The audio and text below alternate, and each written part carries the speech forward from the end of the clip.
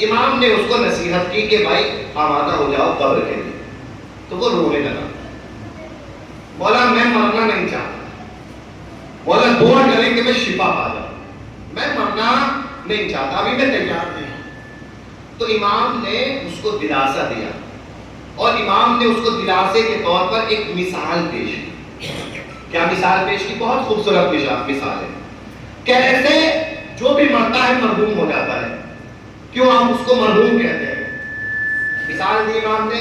کہے بتائیے ایک بہت گندا آدمی ہے, اس کے کپڑے بھی گندے ہیں, اس کا بدن بھی میلا ہے, بال بھی اس کے بہت میلے ہیں, کئی دنوں سے نہائے نہیں ہیں, گندگی بھی ہے, خون لگا ہے, مٹی لگی ہے, بہت گندا انسان ہے. ایسے انسان کے لیے حمام کتنا اہم ہے؟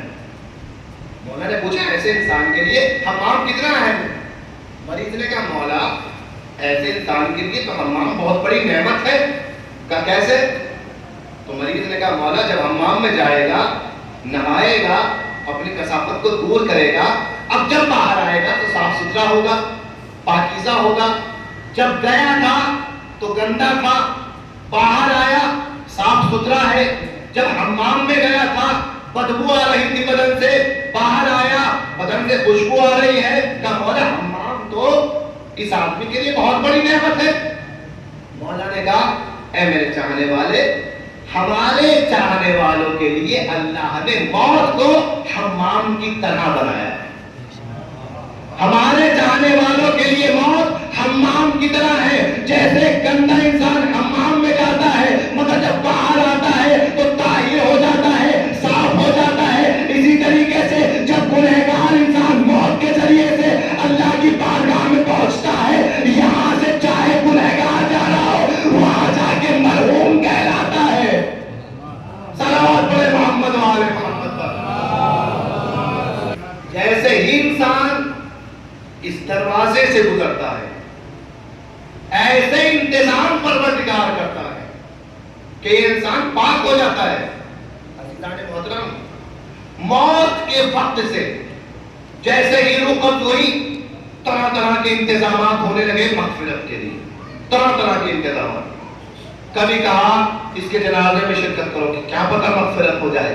کبھی کہا اس کی نماز پڑھو میت کی, کیا پتہ مغفرت ہو جائے.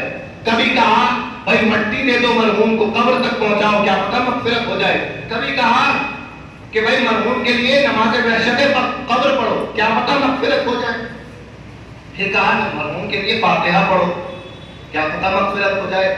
جیسے ہی انسان اس دنیا سے گیا اور مغفرت کے اسباب تمام جلدی جلدی سے سامنے آنے لگے. آپ دیکھیں نماز میت یہ بھی ایک مغفرت کا سبب ہے کہ بعض افراد کو اللہ نماز میت کے ذریعے سے ہی مغفرت کے ذریعے پاک کر دیتا ہے. نماز وحشت مغفرت کا ذریعہ ہے. اسی لیے حضرت محمد مصطفیٰ صلی اللہ علیہ وسلم کہ اپنے مرحوم کے لیے دو کام ضرور کرو, صدقہ دو, نماز وحشت پڑھو. کیا ہے رسول اللہ, کیا ملے گا مرحوم کو؟ کہ جب نماز وحشت قبر پڑھو گے تو پروردگار فرشتوں کو بھیجے گا قبر میں, اور وہ فرشتے صاحب قبر کی قبر کو وسعت عطا کریں گے اور زیادہ وسعت دے دیں گے, اور وہ فرشتے صاحب قبر کی قبر کے مرحلے کو آسان کر دیں گے. عزیزان محترم, نماز وحشت قبر اتنی ضروری ہے مرحوم کے لیے کہ خود ائمہ نے اس کی طرف تاکید کی. تو جیسے انسان اس دنیا سے گیا اس کی مغفرت کے لیے کام شروع ہو گئے. ایک عالم دین تھے ایران میں, ملا فتح علی سلطان آبادی. فتح علی سلطان آبادی, ان کا دستور یہ تھا, بہت بڑے مرجع تھے اور امام زمانہ کے مورد عنایت بھی تھے. صلوات پڑھے محمد وآل محمد. امام زمانہ کی خاص عنایتیں تھیں پر. ملا فتح علی سلطان آبادی, ان کی ایک عادت تھی, جیسے ہی سنتے تھے کہ کوئی شیعہ حیدر کرار میں اس دنیا سے سفر کر گیا, چاہے ان کا جاننے والا ہو یا نہ ہو, آقا اس کے لیے نماز وحشت قبر پڑھتے تھے، ہمیشہ روزانہ کا دستور تھا۔ جیسے ہی سنا کہ کوئی دنیا سے چلا گیا ہے، اس کے لیے نماز وحشت قبر پڑھی۔ لوگ پوچھتے تھے کہ مرنے والا آپ کا رشتہ دار ہے؟ کہتے تھے نہیں۔ کہا آپ کا دوست ہے؟ کہا نہیں۔ کہا آپ کے چاہنے والوں میں ہے؟ کہا نہیں۔ کہا کیوں پڑھ رہے ہیں؟ کہا صرف اس لیے پڑھ رہا ہوں کہ علی کا چاہنے والا تھا، میرے لیے میرا رشتہ دار ہونا باعث کمال نہیں ہے، میرے لیے علی والا ہونا باعث کمال ہے۔ علی والا تھا، مولا کا چاہنے والا تھا، نماز وحشت قبر پڑھ رہا ہوں۔ ایک مرتبہ کسی کا رشتہ دار اس دنیا سے چلے گیا، کسی کے رشتہ دار کی موت ہوئی۔ جب موت ہو گئی تو مرنے والا اپنے رشتہ دار کے خواب میں آیا، اور خواب میں آنے کے بعد میں اس رشتہ دار نے پوچھا مرنے والے سے کہ یہ بتاؤ قبر کے حالات تم پر کیسے گزرے، کیسا رہا قبر کا مرحلہ؟ تو صاحب قبر نے کہا بڑی مشکل حالات میں تھا، بڑی سختیاں تھیں، اور مجھے اپنی بخشش کی کوئی امید نہیں تھی، اتنا سخت قبر کا عذاب تھا۔ تو پوچھنے والے نے پوچھا جو خواب دیکھ رہا تھا تو یہ عذاب کیسے ختم ہوا؟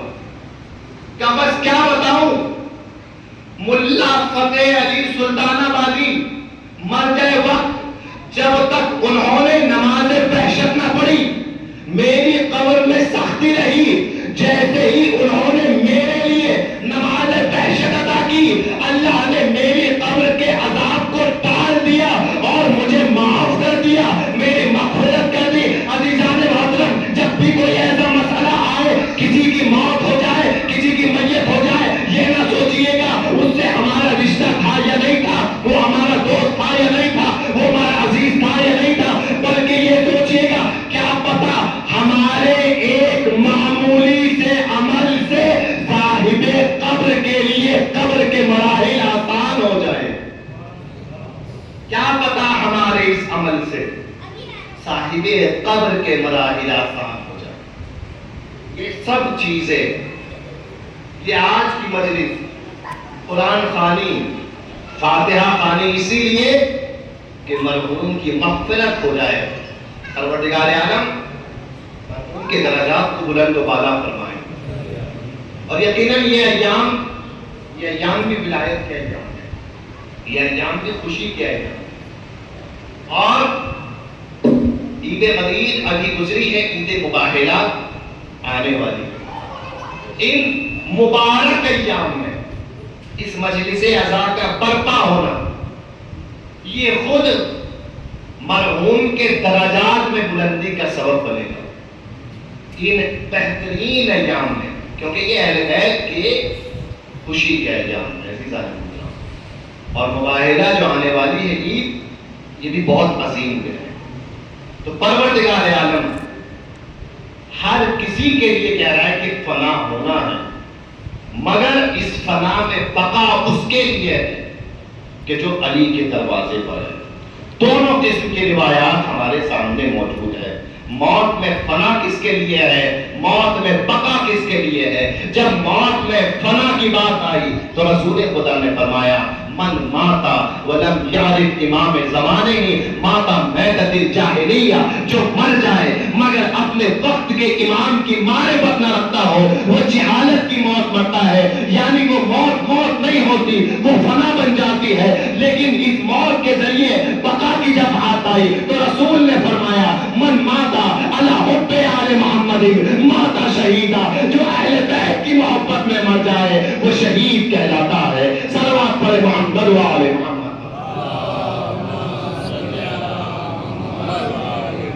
لہذا موت ہمارے لیے بقا کا سبب ہے، موت ہمارے لیے زندگی جاویدانی کا سبب ہے، مگر یہ سخت مرحلہ تو ہے، اور سخت ہے خود گھر والوں کے لیے سخت، بچوں کے لیے سخت ہے۔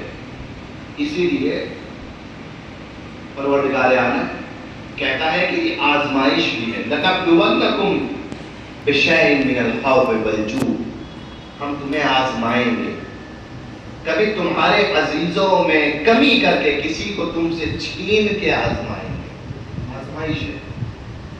اور اس آزمائش میں کس کے لیے؟ وبشر الصابرین، اس آزمائش میں کامیابی ہے صبر کرنے والوں کے لیے۔ عزیزان محترم، ایک بھائی کی مجلس ہے، ایک باپ کی مجلس ہے، اور یہ مجلس اس مرحوم کی ہے کہ جو علی کا چاہنے والا تھا، یہ مجلس اس کی ہے کہ جو حسین کا عزادار، یہ مجلس اس کی ہے کہ جو مولا عباس کا چاہنے والا تھا۔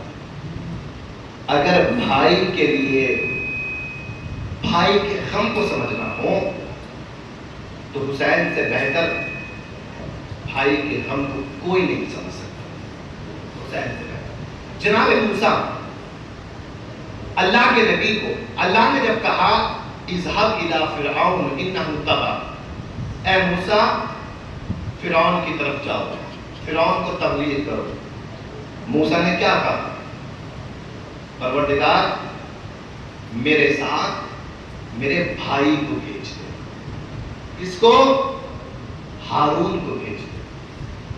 میں کہوں گا اے موسیٰ تم اللہ کے پیغمبر ہو، کلیم اللہ ہو، اکیلے چلے جاؤ؟ تمہیں اللہ نے توریت دی ہے، اللہ تم سے کلام کرتا ہے، اتنے عظیم پیغمبر ہو، اکیلے چلے جاؤ؟ اور اکیلے چلے جاؤ، اکیلے بات کرو۔ بات فرعون سے موسیٰ نے کی، معجزہ موسیٰ نے دکھایا، سارے کام موسیٰ نے کیے۔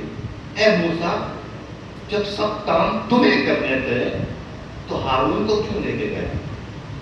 کیا تمہیں نہیں پتا ہارون میرا بھائی ہے، اور بھائی قوت بازو ہوتا ہے، بھائی چاہے کچھ نہ کرے، اگر میرے پیچھے کھڑا بھی ہوگا تو مجھے حوصلہ رہے گا کہ چاہے فرعون جیسی طاقت میرے خلاف ہو جائے، میرا بھائی میرے ساتھ کھڑا ہوا ہے۔ قوت بازو ہے بھائی، عزیزان محترم، قوت بازو ہے بھائی۔ اتنے اصحاب میں حسین نے بھائی کو علمدار بنایا، بھائی کو علمدار، لشکر کا سردار بنایا، اور کتنا عظیم تھا یہ بھائی حسین کی نظر میں۔ ایک شاعر شعر لکھ رہا تھا رات کو، اور اس نے شعر لکھتے ہوئے لکھا کہ وہ عاشورہ کا دن ایسا سخت دن تھا کہ جب حسین بھی عباس کی پناہ میں آ گئے۔ اس نے شعر لکھا، لرز گیا، اور لرز کے سوچا کہ شاید میں نے غلط لکھ دیا، شعر کو کاٹا، سو گیا۔ جب سویا رات کو خواب میں دیکھا کہ امام حسین تشریف لائے ہیں۔ امام حسین علیہ السلام نے کہا کہ اے شاعر یہ بتا کہ تو نے اپنے شعر کو کاٹا کیوں؟ کہا مولا مجھ سے شاید غلطی ہو گئی ہوگی، میں نے لکھا کہ آپ عباس کی پناہ میں آئے۔ مولا آپ تو امام ہیں، عباس امام نہیں ہے، آپ عباس کی پناہ میں کیسے آ سکتے ہیں؟ امام نے کہا نہیں، تو نے بالکل صحیح لکھا تھا، کربلا کا میدان ایسا میدان تھا کہ حسین بھی عباس کی پناہ میں آیا تھا، حسین کے بچے بھی عباس کی پناہ میں تھے۔ خدا آپ کو کوئی غم نہ دے سوائے غم مظلوم کربلا کے۔ عزیزان محترم کتنا سخت تھا بھائی کا صدمہ حسین کے لیے، کتنا سخت تھا عباس کا صدمہ حسین کے لیے۔ سنیے گا بھائیوں، بھائی کا غم کتنا دردناک ہوتا ہے۔ روایتیں کہتی ہیں علی اصغر سے پہلے سب سے آخری شہید عباس ہے۔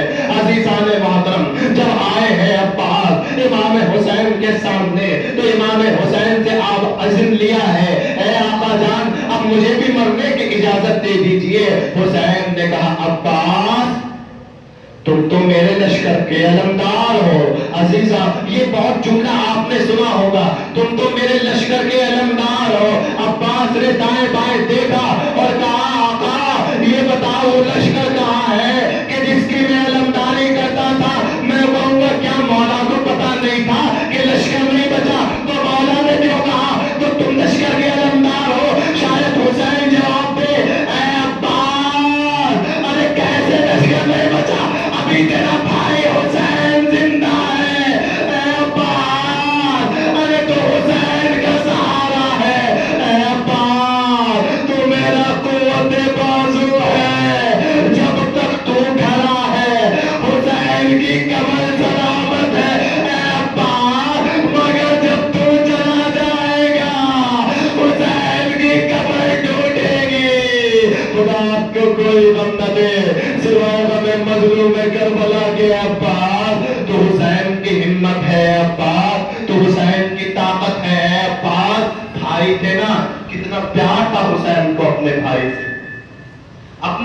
سے کتنا پیار تھا، جنگ کی اجازت نہیں دی، مگر حسین نے اپنے بھائی کو علم دیا، مشکیزہ دیا، کہا جاؤ بچوں کے لیے پانی کی سبیل کر لو۔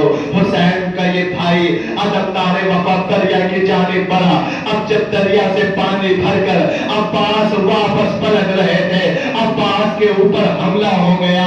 عزیزان محترم، جب یہ حملہ ہوا ہے، بھاگی ہوئی فوجیں سمٹ کر آئی ہے، ایک مرتبہ کسی نے عباس کے بائیں بازو کو قلم کرا، کسی نے عباس کے دائیں بازو کو کاٹا، دونوں بازو عباس کے کٹ گئے۔ عباس نے دانتوں میں مشکیزے کو لیا۔ عزیزوں، کبھی آپ کی انگلی پر چوٹ لگی ہو اور خون نکلا ہو تو احساس ہوگا ہاتھ میں کچھ پکڑا نہیں جاتا۔ اگر کچھ لگ جائے، عباس کے دونوں ہاتھوں سے خون کی پھوار جا رہی تھی، مگر دانتوں میں مشکیزہ تھا، میرے آقا تک پانی پہنچ جائے۔ عباس دونوں ہاتھ کر چکے، مگر میرے آقا تک پانی پہنچ جائے۔ عباس آگے بڑھتے جا رہے تھے۔ اب تاریخ نے سب سے سخت ظلم کو نقل کیا۔ مقتل کہتا ہے، کتابیں کہتی ہیں، عباس کی جانب 2 تیر چلے ہیں۔ اب جب 2 تیر عباس کی جانب چلے، ایک تیر عباس کی آنکھ میں لگا، ایک تیر عباس کے مشکیزے میں لگا، مشکیزے میں لگا تو پانی بہ گیا۔ عباس نے گھوڑے کے رخ کو موڑا، مگر میں یہاں رک کے پوچھنا چاہوں گا، یہ بتائیے دونوں تیروں میں سے زیادہ درد کس تیر میں تھا؟ اس تیر میں تھا کہ جو آنکھ میں لگا، یا اس تیر میں تھا کہ جو مشکیزے میں لگا؟ ہم تو شاید سوچے کہ آنکھ میں جو تیر لگا اس میں زیادہ درد تھا، مگر عباس کے دل سے پوچھو، عباس کہیں گے نہیں، آنکھ کے تیر کا درد کچھ نہیں، مگر جب تیر مشکیزے میں لگا، عباس نے گھوڑے سے کہا، اے حسب بابا، اب راستے کو بدل دے، اب خیمے میں نہیں جانا چاہتا۔ گویا مشکیزے میں جو تیر لگا اس میں درد بہت تھا، ادھر عباس کے مشکیزے پہ تیر لگا، پانی بہ گیا، ادھر عباس کے سر پہ بوجھ لگا، اب عباس سے سنبھلا نہ گیا۔ ایک روایت پڑھوں گا اور اس روایت میں محسوس کریے بھائی کے غم میں بھائی کی کیا حالت ہے، محسوس کریے گا۔ عباس کی آنکھوں میں تیر لگا، عباس کے مشک پہ تیر لگا، سر پہ برد لگا، جناب عباس گھوڑے سے زمین پہ تشریف لائے۔ عباس نے آواز بلند کی، یا اخی علیک منی السلام، اے میرے آقا، اے میرے بھائی، میرا آخری سلام قبول کیجئے۔ مگر عزیزان محترم، تمام شہیدوں نے گھوڑے سے گرتے وقت حسین کو آواز دی ہے، مگر عباس کی آواز میں درد کتنا زیادہ تھا۔ سارے شہیدوں نے حسین کو پکارا، حسین نے آواز کو سنا، مگر عباس نے جب سلام آخر کیا، اے آقا آخری سلام، ادھر کانوں میں عباس کی آواز آئی، دونوں ہاتھ حسین کے اپنی کمر پہ گئے، کمر کو جھکا کے کہا، اللہ انکسر زہری، عباس اب میری کمر ٹوٹ چکی ہے۔ عباس نے کمر کو تھاما۔ میں کہوں گا آقا، اس آواز میں جتنا درد تھا کہ ایک آواز نے آپ کی کمر کو توڑ دیا۔ عزیزان محترم، میں بہت سوچتا تھا کہ کیسے کسی بھائی کے غم میں بھائی کی کمر ٹوٹ جاتی ہے، کیسے بھائی کے غم میں بھائی کی کمر ٹوٹ جاتی ہے۔ یہ جو مثال دی جاتی ہے نا کہ بھائی بھائی کا قوت بازو ہوتا ہے، بیٹا باپ کے لیے آنکھوں کا نور ہوتا ہے، یہ مثال یوں ہی نہیں دی جاتی، زندگی میں اس چیزوں کا اثر ہوتا ہے۔ عزیزوں، یہ میں ڈھونڈتا تھا، تلاش کرتا تھا کیسے حسین عباس کی آواز کو سنتے ہیں، اپنی کمر کو تھامتے ہیں، آخر یہ ہوا کیا ہے۔ یہاں تک کہ عزیزان محترم، ایران میں ہمارے دوستوں میں ایک دوست کے سگے بھائی کا انتقال ہوا، جوان بھائی کا انتقال ہوا، ہم اس کی میت میں گئے۔ اب جب میت میں گئے، اس جوان بھائی کے انتقال پر اس کے بھائی کو پرسا دیا، جب اس کے بھائی کو بھرتا دیا، بیٹھے ہوئے تھے، مصائب مولا عباس پر باتیں ہو رہی تھی، عزیزو اس بھائی نے اپنی زبان سے اس بات کو نقل کیا اور بتایا ہے، جس کے بھائی کا انتقال ہوا تھا اس نے خود اس بات کو بتایا کہ میں بچپن سے مصائب سنتا تھا کہ حسین نے اپنی کمر کو پکڑ کے کہا اے عباس تیرے غم میں کمر ٹوٹ گئی، مگر میں ہمیشہ سوچتا تھا کہ کیسے کسی کے غم میں کسی کی کمر ٹوٹ سکتی ہے، مگر جب میں نے اپنے بھائی کے جنازے کو اٹھایا، جب میں نے اپنے بھائی کی میت کو اٹھایا، کمر میں ایسا درد محسوس کیا جو زندگی میں پہلے کبھی نہیں ہوا تھا۔ ایک مرتبہ میرے دل نے کربلا کا رخ کیا اور کہا السلام علیکم یا ابا عبداللہ، اے مولا آج مجھے سمجھ آیا کیوں آپ نے کہا اے عباس تیرے غم میں میری کمر ٹوٹ گئی ہے۔ جس کا عباس جیسا بھائی ہو اس حسین کا کیا عالم ہوگا۔ عزیزان محترم، ایک اور روایت آپ کی خدمت میں نقل کرتا چلوں۔ ایک عالم دین مجلس میں پڑھ رہے تھے، انہوں نے پڑھا کہ روایتیں تو کہتی ہیں کہ مولا کائنات کو ابن ملجم نے مارا، روایتیں تو کہتی ہیں حسین کے سر کو شبر میں کاٹا، مگر اس عالم دین نے بڑی عجیب بات کہی۔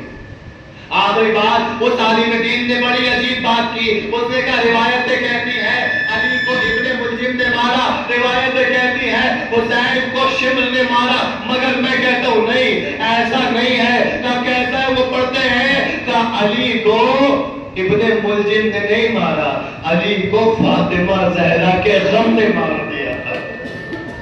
علی کو ابن ملجم نے نہیں مارا، علی کو فاطمہ کے غم نے مارا تھا۔ حسین کو شمر نے نہیں مارا، حسین کو عباس کے غم نے مارا تھا۔ حسین نے عباس کے لاشے کو چھوڑا، علم کو اٹھا کے کہا اے عباس تیرے بعد اب اس دنیا پہ خاک، اے عباس جب سے تو گیا حسین کی زندگی بے لطف ہو گئی، اے عباس حسین کی قبر ٹوٹ گئی۔ خیال میں ظلم ایوم القلب ينقلبون انا لله وانا الیہ راجعون۔ رضا بقضاء و تسلیم امر مولا یہ واسطہ محمد والے محمد کا ہماری اس عبادت کو اپنی بارگاہ میں قبول